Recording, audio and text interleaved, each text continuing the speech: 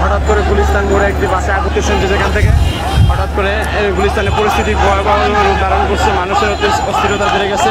সরকারের পদত্যাগ এবং দেশ জুড়ে সকাল সন্ধ্যা হরতাল পালন করছে আওয়ামী লীগের নেতাকর্মী। সাধারণ মানুষ যাচ্ছে, আওয়ামী লীগ ফিরছে। সেই গোপালগঞ্জ ঘটনার প্রেক্ষিতে আজকে সারাদিন দেশব্যাপী সকাল সন্ধ্যা হরতাল চলছে। এই হরতাল দূরপাল্লার গাড়ি বন্ধ রয়েছে। আওয়ামী লীগের তরফ থেকে একটা হরতাল ডাকা হয়েছে, দুইটা গাড়ি কি হয়েছে সত্যি কথা, আমরা তো এই নাশকতা হয়েছে। এরকম ঘটনা গোপালগঞ্জের ঘটনা যে ঘটছে এটা আমি অস্বীকার করতে। 16 জুলাই গোপালগঞ্জের বুকে কি কি ঘটেছে অথবা এখনো পর্যন্ত কি ঘটছে, মাদারীপুরের এনসিপির তত্ত্বাবধায়ক রাকিব হাসানকে বলতে শোনা যাচ্ছে, আরে এত কিছুর কি দরকার, একটা লাশ ফেললেই তো হয়ে যায়। প্রিয় দর্শক, আসসালামু আলাইকুম। পূর্ব ঘোষিত আওয়ামী লীগ নিষিদ্ধ সকাল সন্ধ্যা খবর নিয়ে আমি হাজির হয়েছি। দর্শক, গোপালগঞ্জ ইস্যু করে আজকে 20 জুলাই সারা দেশে হরতাল ডেকেছিল আওয়ামী লীগ। আর বাংলাদেশে কিভাবে হরতাল পালিত হচ্ছে এই বিষয়গুলো নিয়ে খুবই গুরুত্বপূর্ণ আলোচনা করেছে একজন বিশ্লেষক।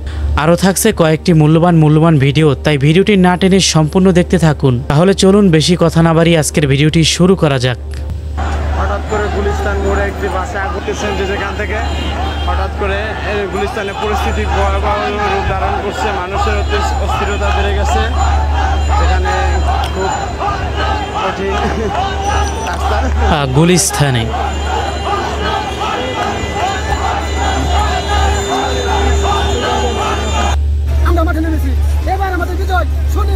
আপনারা নিশ্চয়ই দেখেছেন যে তারা এই মহাসড়ক অবরোধ করে সমান রাস্তার দিকে তাকালেই আপনারা বুঝতে পারবেন যে এই যে বাসে আগুন ধরিয়ে দিয়েছে, রাস্তাঘাট বন্ধ করে দিয়েছে। ভাই রে ভাই, শেখ হাসিনার ডাকা হরতালে যেসব জায়গায় তাণ্ডব লীলা চালিয়েছে আওয়ামী লীগ ও ছাত্রলীগের নেতা কর্মীরা, এনসিপি কাণ্ডে গোপালগঞ্জে গণহত্যা ও শেখ হাসিনাকে নির্বাচনের বাইরে রাখার ষড়যন্ত্রের প্রতিবাদে এবার ইউনূস সরকারের পদত্যাগের দাবিতে আজ 20 জুলাই থেকে সারা দেশে ব্যাপক তাণ্ডব চালিয়েছে আওয়ামী লীগ ও ছাত্রলীগের নেতা কর্মীরা।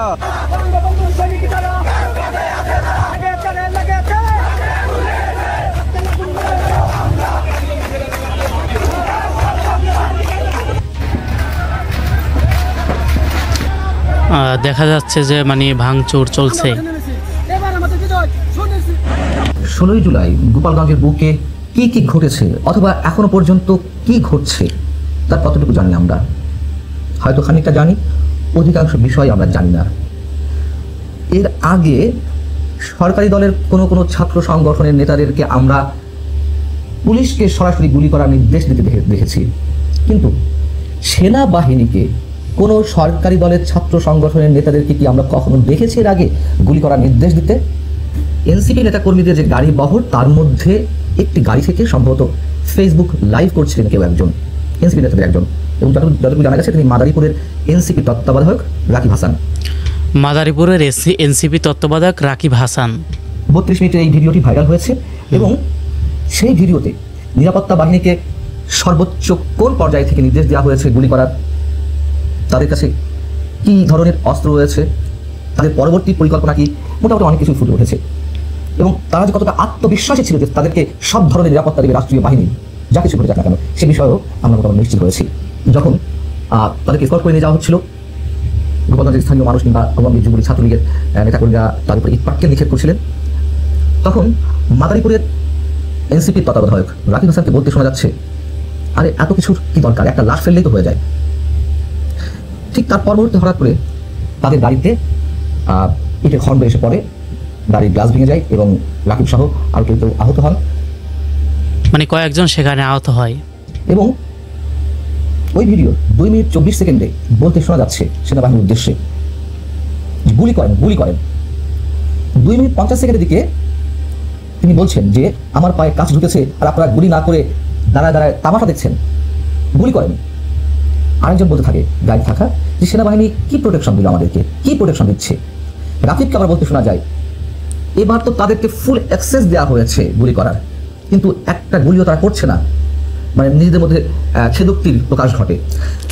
তারপর আমরা কি বুঝতে পারলাম যে তাদেরকে সরকারের সর্বোচ্চ পর্যায় থেকে গুলি করার নির্দেশ দেওয়া হয়েছিল এবং এনসিপির এই নেতারা তারা সব কিছুই জানেন, যার কারণে তারা এতটা বেপরোয়া হয়ে উঠেছিলেন। তাদের ব্রহ্মোক্তি শুনেই বোঝা যাচ্ছিল যে তাদের নিজেদের প্রতি কনফিডেন্স কতটা। সেই রাকিবকে বলতে শোনা যায় 7 মিনিট 40 সেকেন্ডের দিকে, না পারলে আমাদের কাছে অস্ত্র দিয়ে দেন। এবং ফোনে একজনকে বলতে শোনা যায় যে একটার বদলে 10টা লাশ ফেলতে হবে। এই কথাটি ওই গাড়ির সামনে সিটে যে দুজন বসেছিলেন তাদের একজন বলছিলেন। এবং রাকিবের কণ্ঠে বলতে শোনা যায় যে মুজিববাদীদের কবর আজকে রচনা করা হবে। নিরাপত্তা বাহিনীর হয়তো কারোর সঙ্গে তাদের কথোপকথন হচ্ছিল, তাদের মধ্যে একজন বলছিল যে আমাদের উপর হামলা করে বিজিবি দাঁড়ায় দাঁড়ায় তামাশা দেখে। রাকিব আবার বলছে ফেসবুক লাইভ করতে করতে, আমি আহত হলাম, গাড়ি ভাঙলো, গাড়ি গাছ মানে ফেসবুক লাইভে আবার বলছে নাকি গ্লাস ভাঙলো, লাভ হলো কি, কিসের প্রোটেকশন, গুলি করে না, কিছু করে না, এদের সামনে হামলা করছে, ককটেল মারছে।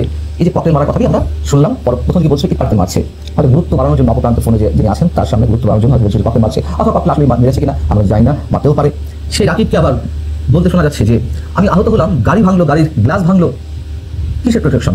আবার সামনের সিট থেকে একজন বলছেন গুলি করে না, কিছু করে না, এদের সামনে হামলা করছে। রাকিব আবার ফোনে অন্য একজনকে বলছে যে আমাদের উপর এই মুহূর্তে ককটেল মারছে। এটা হয়তো গুরুত্ব বাড়ানোর জন্য তারা বলতে পারে ইটপাটকেলের বিষয়টি, আবার সত্যি সত্যিই হয়তো ককটেল মারা হয়েছে, আমরা জানি না। তার কারণ এর আগে তারা ইটপাটকেলের কথা বলছিলেন। 11 মিনিটের দিকে আবার সেই রাকিবকে বলতে শোনা যায় সেনাবাহিনীর সদস্যদের উদ্দেশ্যে গুলি কর, গুলি কর। যখন একের পর এক গুলি করতে থাকে, ব্ল্যাঙ্ক ফায়ার করতে থাকে সেনাবাহিনী, সেই রাকিবকে ভিডিওতে বলতে শোনা যাচ্ছে যে আমি আহত হলাম, গাড়ি ভাঙলো, গাড়ির গ্লাস ভাঙলো, লাভ হলো কি, কিসের প্রোটেকশন, গুলি করে না, কিছু করে না, এদের সামনে হামলা করছে। ফোনে হয়তো বা কাউকে সে বলছে যে এই মুহূর্তে ককটেল মারছে। এর আগ মুহূর্ত পর্যন্ত আমরা ইটপাটকেল শুনেছি, হয়তো গুরুত্ব বাড়ানোর জন্য তখন ককটেলের কথা উল্লেখ করছে অপর প্রান্তে যিনি আছেন তার সামনে, অথবা সত্যি সত্যি হয়তো ককটেল মারা হয়েছে, আমরা সেটা বুঝতে পারছিলাম না। এবং 11 মিনিটের দিকে আবার তিনি বলছেন সেনাবাহিনীর সদস্যের উদ্দেশ্যে গুলি কর, গুলি কর। নিরাপত্তা বাহিনীর পক্ষ থেকে কিছু ব্ল্যাঙ্ক ফায়ার করতে মানে শব্দ শোনা যায়। সেই গুলির হয়তো কোনো এক মোটরসাইকেল আরোহীর শরীরে বেঁধে মোটর সাইকেলের আরোহী পর মুহূর্তেই ওই গাড়ির মধ্যে সবাইকে উল্লাস করতে শোনা যায়। এবং তারা নিজেরা বলা বলি করতে থাকে, স্বরাষ্ট্র উপদেষ্টা, আইজি, এনএসআই, ডিজিএফআই সবাই নাকি তাদের সঙ্গে বিক্রি করেছে। 16 মিনিট 21 সেকেন্ডে সামনের সিটের একজন বলেন, যিনি গাড়ি ড্রাইভ করছিলেন, যে এপিসি আর্মার্ড পার্সোনাল কার একটা কেন, এখানে তো 1 ডজন দেওয়ার কথা ছিল বা দেওয়া উচিত ছিল। ফোনে আবার তার সঙ্গে কারো কথা হচ্ছে, সেই ব্যক্তি বলছেন যে আমরা চলেছি, রাস্তায় রাস্তায় বোমা পড়ছে, গুলি করছে, ককটেল মারছে, এর মধ্যে দিয়ে আমরা চলেছি। আসলে বোমা, গুলি, ককটেল থাকতে পারে, আমরা জানি না। যতটুকু বোঝা যাচ্ছিল নিরাপত্তা বাহিনীর সদস্যদের মধ্যে থেকেই কেউ ব্ল্যাঙ্ক ফায়ার করছিলেন এলাকায় আতঙ্ক সৃষ্টির জন্য, যাতে নতুন করে হামলাকারীরা কোনো ধরনের হামলা করতে না পারে, হতে পারে এরকম। এবং হ্যাঁ, অবশ্যই হতে পারে, মানে এরকমের হতে পারে যে ফাঁকা আওয়াজ করলো আর হামলাকারী মানে দুষ্কারীরা যারা আছে তারা কিন্তু ভয়ে জায়গা ছেড়ে মানে চলে যাবে। 19 মিনিট 30 সেকেন্ডের দিকে গাড়ির সামনে সিটে বসা ব্যক্তি ঢাকার কোনো এক বন্ধুকে বলছে যে আমি ঢাকা শহরে গোপালগঞ্জের আওয়ামী লীগের কোনো লেসপেন্সার রাখবো না, যেখানে পাই জবাই করবো, মেরে ফেলবো। সাধারণ মানুষ যাচ্ছে, আওয়ামী লীগ ফিরছে। সেই গোপালগঞ্জ ঘটনার প্রেক্ষিতে মানুষ, সারা দেশের মানুষ পুষছে, সারা দেশের মানুষ জেগে উঠছে। এবং সারা দেশের মানুষ জেগে ওঠার প্রেক্ষাপটে আজকে আমরা যে মুহূর্তে কথা বলছি, আজকে সারাদিন দেশব্যাপী সকাল সন্ধ্যা হরতাল চলছে। এই হরতাল, দূরপাল্লার গাড়ি বন্ধ রয়েছে, ঢাকা শহরে গণপরিবহন চলছে। কিন্তু বিগত 1 বছরে আরও 2-1টি হরতাল হয়েছে আওয়ামী লীগের। সেই সব হরতাল থেকে আজকের হরতালের চিত্র কিন্তু একদম ভিন্ন। আজকের হরতাল হচ্ছে, এটি বলা যায়। এবং হরতাল শুধু হচ্ছে না, বিগত আওয়ামী লীগ সরকারের সময় আসলে হরতাল বিরোধী দল, বিশেষ করে বিএনপি বা জামাত যে হরতালগুলো ডাকতো, সেই অর্থে হরতালগুলো হতো না হবার একটি প্রধানতম কারণ ছিল মানুষ ছিল কর্মমুখী, মানুষ ছিল কাজে ব্যস্ত। হরতাল, ধর্মঘট পালিত হয় কাদের দিয়ে?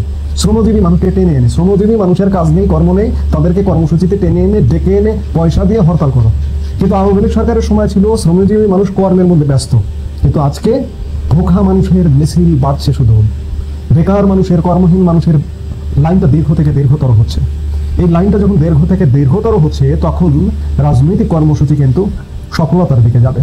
ইতিমধ্যে গত 1 বছরে নানা কারণে, নানা ঘটনায় সরকার মানুষকে উত্তপ্ত করেছে, বিরক্ত করেছে, এবং সাম্প্রতিক সময়ে কিছু সহিংসতা ঘটনা ঘটবার কারণে মানুষ সংক্ষুব্ধ, উত্তপ্ত। আরো কটা দিন গেলে এই যে কিছু কিছু নিয়ন্ত্রণ আরো যদি চলে আসে, বিশেষ করে মার্কিন যুক্তরাষ্ট্রের সাথে আমাদের বাণিজ্যিক সম্পর্কটা যদি বন্ধ হয়ে যায়, এক প্রকার বন্ধ হয়ে যাবার, মানে মার্কিন যুক্তরাষ্ট্রের সাথে আমাদের উপক্রম এখন পর্যন্ত। আজকে 20 জুলাই আমরা জানি যে মার্কিন যুক্তরাষ্ট্র বাংলাদেশকে ব্যবসার ব্যাপারে, আলাপের ব্যাপারে অপেক্ষায় থাকতে বলেছে, অপেক্ষমান রেখেছে। এটি যদি কাঙ্ক্ষিত সমাধান না আসে, মার্কিন যুক্তরাষ্ট্রে যদি বাংলাদেশের ব্যবসা না হয়, একই সাথে পৃথিবীর বিভিন্ন প্রান্তে যদি ব্যবসা কমতে থাকে, মার্কিন যুক্তরাষ্ট্রের ব্যবসা বন্ধ হবার উপক্রম হয়ে গেছে, ভারতে আমরা রপ্তানি করতাম সেগুলো বন্ধ হয়ে গেছে, ইউরোপে যদি বন্ধ হয়ে যায়, বিভিন্ন দেশে যদি বন্ধ হয়ে যায়, তাহলে আমাদের অর্থনৈতিক যে ফ্লো ছিল সেগুলো বন্ধ হয়ে যাবে। বন্ধ হয়ে যাওয়ার কারণে আমাদের শিল্প প্রতিষ্ঠানগুলো বন্ধ হয়ে যাবে, শিল্প প্রতিষ্ঠানগুলো বন্ধ হয়ে যাওয়ার কারণে আমাদের শ্রমিকরা বেকার হয়ে যাবে, তখন মানুষ হতাশ হয়ে সাধারণ মানুষ রাস্তায় নেমে পড়বে। কিন্তু আজকে ডক্টর ইউনূসের সরকার 1 বছর যাবত যে পরিস্থিতি ক্রিয়েট করেছে তাতে সাধারণ মানুষেরও রাস্তায় নামবার সময় হয়ে গেছে, উপক্রম হয়ে গেছে। ডক্টর ইউনূস ভেবেছিল কিংবা অন্যান্য আওয়ামী লীগ বিরোধী পক্ষ ভেবেছিল যে আওয়ামী লীগ অপ্রাসঙ্গিক, আওয়ামী লীগ খুব সহসা ফিরতে পারবে না, কিন্তু ক্রমে আওয়ামী লীগ ফেরবার পথ প্রশস্ত হচ্ছে। সাম্প্রতিক পরিস্থিতি সেটি বলছে এবং আজকের হরতাল বিগত 2টি হরতালের চেয়ে আজকের হরতাল অনেকটা তীব্র এবং এইভাবেই মানুষ আস্তে আস্তে জেগে উঠবে। মানুষকে আসলে দাবিয়ে রাখা যাবে না।